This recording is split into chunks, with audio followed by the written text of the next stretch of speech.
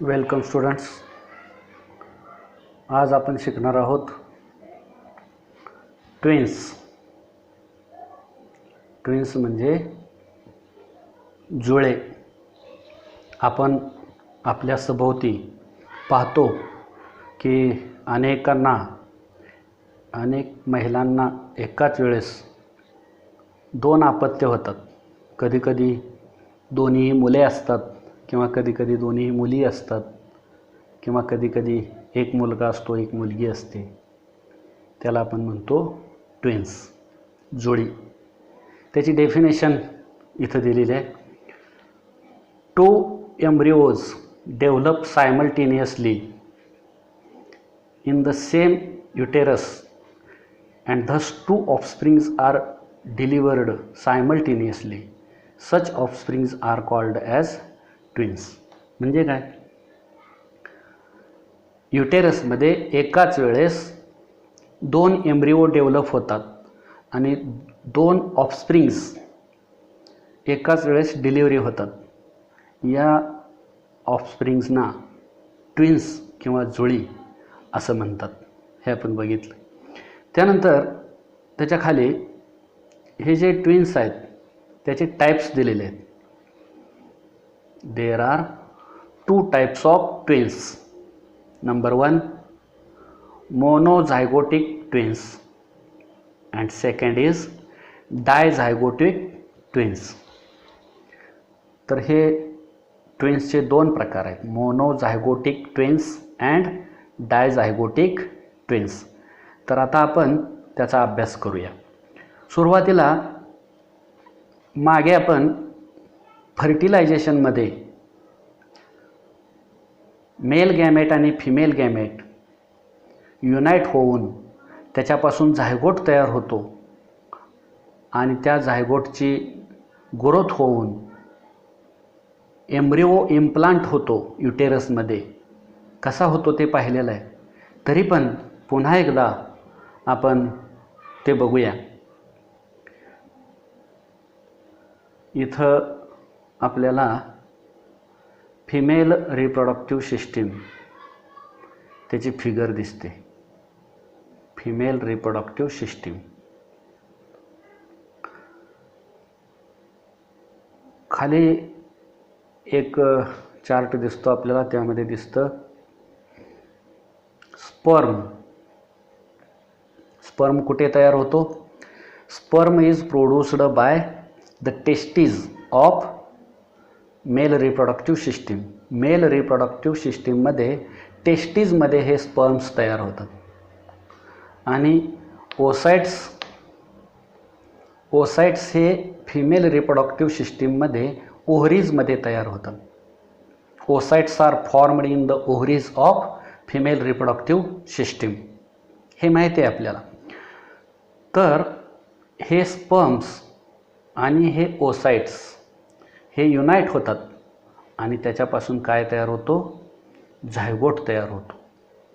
आणि हा झायगोट युटेरसमध्ये जातो आणि युटेरसमध्ये तो झायगोट इम्प्लांट होतो आणि त्या झायगोटची ग्रोथ होऊन एम्ब्रिओ तयार होतो. युटेरसमध्ये झायगोटची ग्रोथ होऊन एम्ब्रिओ तयार होतो. हे आपण बघितलेलं आहे. तर पुन्हा एकदा आपण या फिगरमध्ये फिमेल रिप्रोडक्टिव्ह सिस्टीमच्या फिगरमध्ये बघूया. हे आहे वजायना. मेल हा स्पर्म तयार करतो आणि ओसाइट्स कुठं तयार होतात? ओव्हरीमध्ये. काय सांगितलं? ओसाइट्स किंवा एग सेल हे कुठं तयार होतात? ओव्हरीमध्ये तयार होतात. ओसाइट्स किंवा एग सेल किंवा फिमेल गॅमेट हे ओव्हरीमध्ये तयार होतात आणि हे तयार झालेले ओसाइट्स दर महिन्याला एक याप्रमाणे या ओव्हिडक्टमधून ओव्हिडक्टमध्ये येतात, ओव्हिडक्टमध्ये येऊन थांबतात. Every month an oocyte is formed in the ovary and it is transported to the oviduct. ओव्हिडक्ट पर्यंत तो जाऊन थांबतो दर महिन्याला. आपण बघितलं मेन्स्ट्रुअल सायकल. ठीक आहे. जर ओसाइट ओव्हिडक्टमध्ये येऊन थांबल्यानंतर मेलकडून वजायना थ्रू जर स्पर्म एंटर झाला तर तो स्पर्म वजायनामधून या युटेरसमधून ह्या ओसाइटपर्यंत जातो.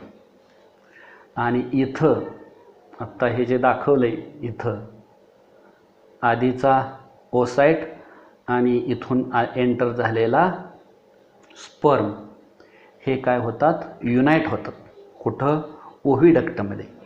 आणि त्या ओव्हिडक्टमध्ये मागाशी खाली चित्र होतं त्याप्रमाणे स्पर्म आणि ओसाइट, स्पर्म आणि ओसाइट युनाईट होऊन त्याच्यापासून काय तयार होतो, झायगोट. कुठं तयार होतो, ओव्हिडक्टमध्ये झायगोट तयार होतो. आणि हा झायगोट पुढे नंतर युटेरसमध्ये इम्प्लांट होतो. म्हणजे इथं तयार झालेला झायगोट जो आहे तो झायगोट नंतर पुन्हा माघारी कुठं येतो, युटेरसमध्ये. आणि युटेरसमध्ये हा झायगोट इनप्लांट होतो. The zygote is implanted after fertilization. The zygote is implanted in the uterus and the mitosis cell division takes place. म्हणजे इथं हा जो झायगोट आहे तो एन डिप्लॉइड झायगोट, त्याचं मायटॉसिस सेल डिव्हिजन होतं आणि त्याच्यापासून पुन्हा डिप्लॉइड झायगोट तयार होतो. अशा प्रकारे त्या झायगोटचं मल्टिप्लिकेशन होऊन, सेल डिव्हिजन होऊन, मायटॉटिक सेल डिव्हिजन होऊन त्याच्यापासून एम्ब्रिओ तयार होतो. आणि हा एम्ब्रिओ त्या युटेरसमध्ये एम्ब्रिओची ग्रोथ होते. आणि ही ग्रोथ होण्यासाठी त्याला किती कालावधी लागतो, 9 months. अँड आफ्टर 9 months नंतर या युटेरसमध्ये 9 month तो एम्ब्रिओ असतो. आणि त्याची पूर्ण वाढ झाल्यानंतर तो परत वजायनामधून बाहेर पडतो आणि त्याला आपण म्हणतो बर्थ किंवा जन्म घेणे. ठीक आहे. इथंपर्यंतचा भाग आपण आधी शिकलो होतो. फर्टिलायझेशनमध्ये हे आपण बघितलं होतं. तर तेच इथं खाली दाखवलेलं आहे. स्पर्म आणि ओसाइट युनाईट होऊन झायगोट तयार होतो आणि झायगोटचा मायटॉटिक सेल डिव्हिजनने ग्रोथ होऊन एम्ब्रिओ तयार होतो. ठीक आहे. अभ्यास कशाचा करतो आहे आपण, ट्विन्सचे टाईप किती आहेत, 2. कोणते, मोनोझायगोटिक ट्विन्स अँड डायझायगोटिक ट्विन्स. हे मगाशी बघितलं आहे आपण, मोनोझायगोटिक ट्विन्स अँड डायझायगोटिक ट्विन्स. त्याची डेफिनेशन दिली आहे. 2 embryos develop simultaneously in the same uterus and thus 2 offsprings are delivered simultaneously. Such offsprings are called as twins. आता एक एक करून या टाईप्सचा आपण अभ्यास करूया. ट्विन्सचे जे 2 टाईप्स आहेत, मोनोझायगोटिक ट्विन्स, त्याचा आपण अभ्यास करूया. त्यातलं पहिल्यांदा आहे monozygotic twins are formed from single embryo. म्हणजे तुम्हाला मी आधी सांगतो आणि पुन्हा आपण ह्यामध्ये त्याचा अभ्यास करूया. मोनोझायगोटिक ट्विन्स जे आहेत ते एकाच एम्ब्रिओपासून तयार होतात. म्हणजे काय, तर या फिगरमध्येच तुम्हाला मी सांगतो. आत्ता सांगितल्याप्रमाणे या ओव्हरीमध्ये ओसाइट तयार झाला आणि तो ओसाइट या ओव्हिडक्टमध्ये येऊन थांबला. त्याच वेळेस जर मेलकडून स्पर्म आला आणि तो स्पर्म या युटेरसमधून ओव्हिडक्टमध्ये आला तर इथं त्याचं फर्टिलायझेशन होऊन एक ओसाइट आणि स्पर्म याचं फर्टिलायझेशन होऊन इथं काय तयार होणार आहे, झायगोट. हा जो झायगोट आहे, हा झायगोट त्याची वाढ होऊन त्याच्यापासून काय होतो, एम्ब्रिओ. बरोबर. एम्ब्रिओ इम्प्लांट झाला. तो एम्ब्रिओ कुठं इम्प्लांट होतो, तयार झाला. एम्ब्रिओ तयार झाल्यानंतर तो कुठं येतो, युटेरसमध्ये येतो. तयार झालेला एम्ब्रिओ पुन्हा युटेरसमध्ये येतो. म्हणजे हा एम्ब्रिओ इथं आला, कोण, झायगोट. झायगोट युटेरसमध्ये आला. त्या झायगोटचं मायटोटिक सेल डिव्हिजन होऊन त्याच्यापासून काय तयार झाला, एम्ब्रिओ तयार झाला. नीट आहे का. मोनोझायगोटिक ट्विन्स कोणाला म्हणायचं, जर झायगोट डेव्हलप झाल्यापासून 8 दिवसाच्या आतमध्ये, विदिन 8 डेज, 8 दिवसाच्या आतमध्ये जर हा झायगोट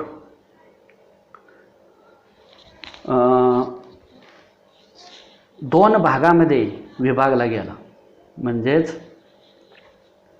तो जो झायगोट आहे, तो झायगोट, उदाहरणार्थ आता हा झायगोट आहे, तो झायगोट इथं सुरुवातीच्या 8 दिवसाच्या आतमध्ये, म्हणजे फर्टिलायझेशन झाल्यानंतर 8 दिवसाच्या आतमध्ये हा झायगोट डिवाइड झाला. म्हणजे काय, त्याचे जे न्यूक्लियस आहेत, त्याचे न्यूक्लियसचे 2 भाग झाले, असे त्या झायगोट डिवाइड झाला. एका झायगोटचे 2 झायगोट झाले. तर हा प्रत्येक झायगोट स्वतंत्रपणे वाढतो आणि त्या प्रत्येक झायगोटपासून 2 एम्ब्रिओ तयार होतात. म्हणजे ह्या युटेरसमध्ये किती एम्ब्रिओ झाले, आता 2 एम्ब्रिओ झाले. आणि ते 2 एम्ब्रिओ स्वतंत्रपणे त्यांची काय होते, ग्रोथ होते. आणि ग्रोथ होऊन त्याच्यापासून 9 महिन्यानंतर किती ऑफस्प्रिंग्स तयार होतात, 2 ऑफस्प्रिंग्स तयार होतात. ह्याला काय म्हणायचं आहे, मोनोझायगोटिक ट्विन्स. म्हणजे काय, एकाच, मोनो म्हणजे एक, एका झायगोटचं काय होतं, डिवाइड होतो. Zygote divides into 2 parts and each zygote grows separately and 2 embryos are formed. त्याला काय म्हणायचं आहे, and each zygote grows into separate embryo. In this way 2 offsprings are produced and this type of twins is known as monozygotic twins. Monozygotic twins are formed from single embryo during early period of embryonic development, that is within 8 days of zygote formation. Cells of that embryo divide into 2 groups and these 2 groups develop as 2 separate embryos and thus monozygotic twins are formed. Such twins are genetically exactly similar to each other. हे जे 2 embryo इथं तयार झालेले आहेत, ते दोन्हीही embryo exactly कसे असतात, एक्झॅक्टली सिमिलर असतात. का बरं सिमिलर असतात, कारण ते एकाच झायगोटपासून डिवाइड झालेले आहेत. त्यामुळं 2 अपत्ये जी होणार आहेत ती कशी होणार आहेत, आयदर मेल ऑर फिमेल. म्हणजेच the 2 offsprings produced are exactly similar in their appearance and their gender is also same, that is either both boys or girls. अशा प्रकारे मोनोझायगोटिक ट्विन्स च्यातला एक भाग आपण बघितला. त्यानंतर कधी कधी काय होतं, ह्या मोनोझायगोटिक ट्विन्समध्येच झायगोट तयार झाल्यानंतर युटेरसमध्ये झायगोट या ओव्हिडक्टमधून फर्टिलायझेशन होऊन हा झायगोट युटेरसमध्ये आला. आल्यानंतर 8 दिवसाच्या नंतर मागाशी काय होतं, the zygote divides into 2 parts within 8 days, means after fertilization. 8 days after fertilization. Fertilization झाल्यानंतर 8 दिवसाच्या आत तो डिवाइड झाला मागाशी. आता काय चाललं आहे, जर हा झायगोट इथं इम्प्लांट झाल्यानंतर 8 दिवसाच्या नंतर if the embryonic cells divide into two groups or two parts after the zygote formation, then there is a high possibility of formation of co-joined twins, that is siamese twins. म्हणजे काय, जर हा zygote, थांबा मी colour change करतो, जर इथं तयार झालेला झायगोट 8 दिवसाच्या नंतर तो 2 ग्रुपमध्ये डिवाइड झाला, त्या झायगोटचे 2 भाग झाले, तर मात्र हे 2 भाग स्वतंत्रपणे वाढत नाहीत. म्हणजे त्याच्यापासून जे एम्ब्रिओज तयार होतात ते एम्ब्रिओ असे सेपरेट होत नाहीत, तर त्याच्यापासून असे ऑफस्प्रिंग जन्माला येतात की त्यांच्या शरीराचे काही भाग एकमेकांना जोडलेले आहेत. म्हणजे काय, म्हणजे त्याची 2 डोकी असतात परंतु खाली शरीर मात्र एकच असतं. अशा प्रकारचे ट्विन्स तयार होतात आणि त्यांना म्हणायचं आहे सायमेज ट्विन्स, किंवा त्यालाच त्याला नाव आहे Siamese twins. Such twins are born with same parts of body joined with each other and some parts of their body are joined with each other. ते तुम्हाला पुढे दाखवतो मी. म्हणजे काय होतं चित्रामध्ये आपण बघू शकतो,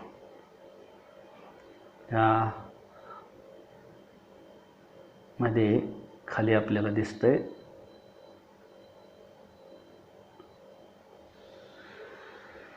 if the embryonic cells are divided into 2 groups 8 days after the zygote formation, there is high possibility of formation of co-joined twins, means siamese twins.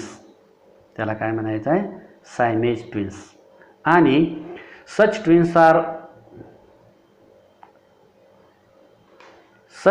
twins are born with some parts of body joined to each other. त्यांच्या शरीराचे काही भाग एकमेकांना जोडलेले असतात. Some organs are common in such twins. अशा ट्विन्समध्ये काही ऑर्गन कसे असतात, कॉमन असतं. हे केव्हा होतं, सायमेज ट्विन्स केव्हा तयार होतात, after 8 days of the zygote formation. युटेरसमध्ये झायगोट तयार झाल्यानंतर झायगोट तयार झाल्यानंतर 8 दिवसांनी जर तो झायगोट डिवाइड झाला तर त्याच्यापासून हे सायमेज ट्विन्स तयार होतात. ठीक आहे. आणि वरती त्याच्या आधी आपण हे दोन्ही प्रकार कशाचे आहेत, मोनोझायगोटिक ट्विन्सचे आहेत. मोनोझायगोटिक ट्विन्स त्याची माहिती सांगितली. हे केव्हा आहे, झायगोट तयार झाल्यानंतर 8 दिवसाच्या आतमध्ये जर त्या झायगोटचे डिवाइड झालं तर. आता त्याची माहिती इथं लिहिलेली आहे. Monozygotic twins are formed from single embryo during early period of embryonic development, that is within 8 days of zygote formation. Cells of that embryo divide into 2 groups. Such twins are exactly similar in their appearance and their gender is also same, that is both will be either boys or girls. Monozygotic twins. आणि हे जे आहे Siamese twins, यामध्ये काय होतं, दोन्हीही जे असतात ते कसे असतात, सेम. इथं दोन्हीही सेम असतीलच असं काय सांगता येत नाही. कधी कधी त्यामध्ये एक मेल किंवा फिमेल असं असेल का, नाही असणार, कारण एकाच एम्ब्रिओपासून ते डिवाइड झाल्यामुळं इथं सुद्धा दोन्हीही ऑफस्प्रिंग्ज आहेत ते कसे असणार आहेत, त्यांचं जेंडर सेम असणार आहे. परंतु यामध्ये विशेष गोष्ट काय आहे, some parts of their body are joined with each other. म्हणजे आता आपण इथं चित्रामध्ये बघू शकतो, इथं दिसतंय आपल्याला इथे दोन्ही ऑफस्प्रिंग, म्हणजे हे आता आहेत लेडीज दिसतात 2, तर त्यांचे डोकी वेगवेगळे आहेत, शरीर एकच आहे. इथंही दिसतंय सेकंड पिक्चरमध्ये, थर्डमध्ये आहे, त्याबरोबर इकडं. आता इथं सुद्धा हे एक मुलगा आणि एक मुलगी असं म्हणता येणार नाही आपल्याला. हे दोन्हीचं जेंडर कसं आहे, सेम आहे. त्यानंतर इथं खाली आहे लेफ्ट साईडला ही इकडं दिसतंय, हे काय आहेत सगळे सायमेज ट्विन्स. ठीक आहे. त्यानंतर पुढे आपल्याला शिकायचं आहे डायझायगोटिक ट्विन्स. डायझायगोटिक ट्विन्स कुणाला म्हणायचं, तर कधीकधी काय होतं तुम्हाला सांगतो मी. कधीकधी काय होतं, त्या फिगरमध्ये जाऊ, फिमेल रिप्रोडक्टिव्ह सिस्टीममध्ये आपण ती फिगर बघितली होती. त्या फिगरमध्ये आपण बघूया. तुम्हाला मी मागाशी सांगितलं किती या ओव्हिडक्टमध्ये किती झायगोट तयार होतील, 2 ओसाइट्स आणि 2 स्पर्म्स. याच्यामुळे इथं किती झायगोट तयार होतील, 2 झायगोट तयार होतील. मग हे 2 झायगोट युटेरसमध्ये ट्रान्सफर होतात आणि हे दोन्ही झायगोट या युटेरसमध्ये इम्प्लांट होतात. 2 झायगोट यामध्ये इम्प्लांट होतात आणि मग त्याच्यापासून एम्ब्रिओ तयार होतो. एम्ब्रिओची डेव्हलपमेंट होते, मायटोटिक सेल डिव्हिजन होतं. After 9 months 2 offsprings are produced. 2 offsprings तयार होतात आणि 2 अपत्य जन्म घेतात. आता इथं जे तयार होणारे ऑफस्प्रिंग्स आहेत त्यांचं जेंडर हे डिफरंट असू शकतं. कारण काय, तर हे स्पर्म आणि ओसाइट यांचं फर्टिलायझेशन होऊन झायगोट तयार झाला आहे. 2 स्पर्म आणि 2 ओसाइट यांचं फर्टिलायझेशन होऊन 2 झायगोट तयार झाले, बरोबर. मग स्पर्म हे 2 प्रकारचे असतात. आपण मागे बघितलं होतं 9वीमध्ये असताना 22 पेअर्स ॲटोसोमचे असतात आणि 23rd पेअर जे असते ती सेक्स क्रोमोसोम म्हणजेच XY असते. जर एक स्पर्म असा आहे, त्या 2 स्पर्म इथून ज्या आत आल्या त्यापैकी एक स्पर्म असा आहे 22 + X आणि दुसरा स्पर्म असा आहे 22 + Y. जर पहिल्या ओसाइट बरोबर 22 + X प्रकारचा स्पर्म जर युनाईट झाला तर होणारं जे ऑफस्प्रिंग आहे ते काय असणार आहे, फिमेल असणार आहे. आणि जर 22 + Y प्रकारचा स्पर्म, 22Y प्रकारचे क्रोमोसोम असणारा स्पर्म जर ओसाइट बरोबर फर्टिलाइज झाला तर त्याच्यापासून तयार होणारा झायगोट म्हणजेच तो काय असणार आहे, मेल असणार आहे. म्हणजेच इथं जे ऑफस्प्रिंग जन्माला येणार आहे ते एक मेल येईल आणि दुसरा मेल. समजा कधी कधी असं होईल की दोन्हीही हे जे दोन्हीही स्पर्म आहेत, दोन्ही स्पर्म्स त्यांच्यामधले क्रोमोसोम्स सेम आहेत, 22 + X प्रकारचे क्रोमोसोम्स आहेत. मेलकडून आलेले दोन्ही स्पर्म्स सेम आहेत, X 22 + X प्रकारचे आहेत. ओसाइट्स ते सेमच असतात. मग तयार होण्याचे ऑफस्प्रिंग्ज आहेत ते दोन्ही ऑफस्प्रिंग्ज कसे असणार आहेत, फिमेल असणार आहेत. म्हणजे इथं झायगोट किती तयार झाले, 2 झायगोट तयार झाले. म्हणून ह्याला काय म्हटलं आहे, डायझायगोटिक ट्विन्स. लक्षात येतं आहे सगळं, सोपं आहे, काय नाही आहेत. त्यानंतर हे बघूया आपण पुस्तकामध्ये थोडीफार त्याची माहिती लिहिली आहे. मी आता तुम्हाला सांगितलेलीच आहे. ऑकेजनली कधी कधी 2 oocytes are released from the ovary of woman and 2 oocytes are fertilized by 2 separate sperms and thus 2 zygotes are formed. 2 embryos are formed from those 2 zygotes and both of those embryos are separately implanted in the uterus and thus आणि अशा प्रकारे डायझायगोटिक twins are delivered after complete development of embryo.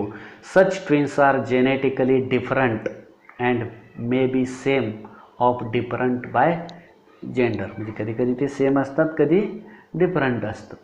अशा प्रकारे हे डायझायगोटिक ट्विन्समध्ये gender जे आहेत ते कधी कधी सेम पण असू शकतील आणि डिफरंट पण असू शकतील. काय कारण आहे असं सेम असतील तर ते आत्ताशी तुम्हाला सांगितलं. मेलकडून आलेले दोन्ही स्पर्म्स जर एकाच प्रकारचे असतील, X प्रकारचे असतील तर ऑफस्प्रिंग्स दोन्हीही कसे असणार आहेत, फिमेल असणार आहेत. आणि मेलकडून आलेले दोन्ही स्पर्म्स त्यामध्ये वाय क्रोमोसोम असेल तर दोन्ही स्पर्म्स कसे असतील, मेल असतील. आणि मेलकडून आलेला एक एक्स प्रकारचा असेल आणि दुसरा वाय प्रकारचा असेल तर एक ऑफस्प्रिंग मेल असेल आणि दुसरा फिमेल असेल. ठीक आहे. त्यानंतर पुढे आपल्याला शिकायचं आहे रिप्रोडक्टिव्ह हेल्थ. रिप्रोडक्टिव्ह हेल्थ म्हणजे लैंगिक आरोग्य. म्हणजे काय? A person state of being physical and mental and social strongness is called as health. एखाद्या व्यक्तीची शारीरिक, मानसिक आणि सामाजिक स्थिती उत्तम असण्याची स्थिती म्हणजेच त्याचं आरोग्य होय. हे हेल्थची डेफिनेशन आहे. आपण शिकतोय reproductive health. In our country, आपल्या देशामध्ये there seems to be lack of awareness regarding reproductive health. म्हणजे आपल्या देशामध्ये रिप्रोडक्टिव्ह हेल्थच्या संदर्भात लोकांमध्ये जागृती नाही. कशामुळं? Due to various reasons like social customs म्हणजे सामाजिक प्रथा, रूढी, इलिटरेसी म्हणजे निरक्षरता, शायनेस लाजाळूपणा, या कारणांमुळं अनेक वेळा जे रिप्रोडक्टिव्ह हेल्थ आहे त्याच्याकडे दुर्लक्ष केलं जातं. म्हणजे आपल्या समाजामध्ये उदाहरणार्थ अनेक प्रथा आहेत की आपण मागं बघितलं मेन्स्ट्रुअल सायकलचा जो पिरियड असतो आपल्याला माहिती आहे, आपण बघतो मेन्स्ट्रुअल सायकलच्या पिरियडमध्ये महिलांना वेगळ्या प्रकारची वागणूक दिली जाते. घरातील कुठल्या वस्तूंना स्पर्श करायचा नाही, वेगळं अंथरूण पांघरून, बरोबर. म्हणजे अशा प्रकारच्या चुकीच्या रूढी किंवा प्रथा त्याच्यामुळं काय झालेलं आहे, यांच्यामध्ये तेवढी जागृती झालेली नाही. त्यानंतर occurrence of menstrual cycle is related with reproductive and overall health of woman. म्हणजे मेन्स्ट्रुअल सायकल ही रिप्रोडक्टिव्ह हेल्थशी रिलेटेड आहे. वुमेनच्या रिप्रोडक्टिव्ह हेल्थशी मेन्स्ट्रुअल सायकल ही रिलेटेड आहे. Now a day women are working as par with men. अलीकडच्या काळामध्ये महिला पुरुषांच्या बरोबरीनं काम करतात. त्याला आपण म्हणतो पुरुषांच्या खांद्याला खांदा लावून काम करतात. Due to this they have to stay outdoors for whole day. म्हणजे बऱ्याच वेळा त्याला दिवसभर असं बाहेर राहावं लागतं. Bleeding occurs during menstrual cycle. Due to this private organs need to be maintained clean time to time. तर बऱ्याच वेळा महिलांना घराबाहेर काम करावं लागतं, ऑफिसमध्ये काम करावं लागतं आणि मेन्स्ट्रुअल सायकलच्या पिरियडमध्ये त्यांच्या वजायनामधून ब्लिडिंग होत असतं आणि त्यामुळं त्यांना त्यांचे प्रायव्हेट ऑर्गन्स जे असतात, जेनेटल्स असतात, ते क्लीन ठेवावे लागतात वेळोवेळी.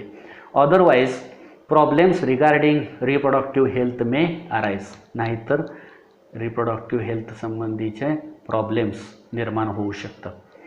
सम problems regarding reproductive health may arise in men too. केवळ महिलांमध्येच नव्हे तर पुरुषांमध्ये सुद्धा लैंगिक आरोग्याच्या संबंधात काही समस्या निर्माण होऊ शकतात. It is essential to maintain the cleanliness of their genitals. म्हणजे पुरुषांमध्ये सुद्धा त्यांचे जे प्रायव्हेट ऑर्गन्स असतात त्यांचा क्लिनलीनेस टाईम टू टाईम ठेवणे गरजेचे असते. आता अशा प्रकारे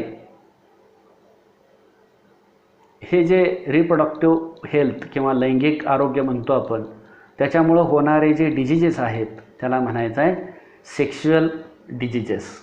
सेक्शुअल डिजीजेस हे दोन प्रकारचे आहेत. पहिला आहे सायफिलिस आणि दुसरा आहे गोनोरिया. सायफिलिस आणि गोनोरिया हे काय आहेत? सेक्शुअल डिजीजेस आहेत. ठीक आहे. सायफिलिस आणि gonorrhoea these are the two sexual diseases.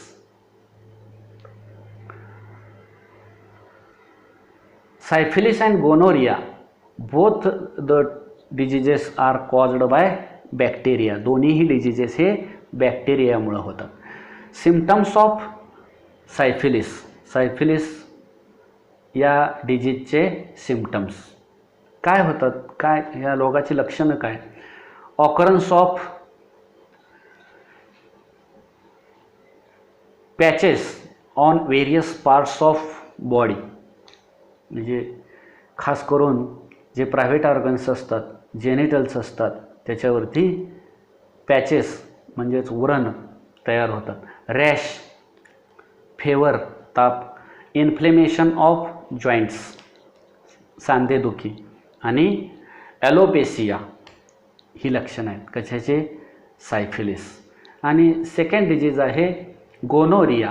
ह्या गोनोरियाचे सिम्पटम्स आहेत painful and burning sensation during युरिनेशन.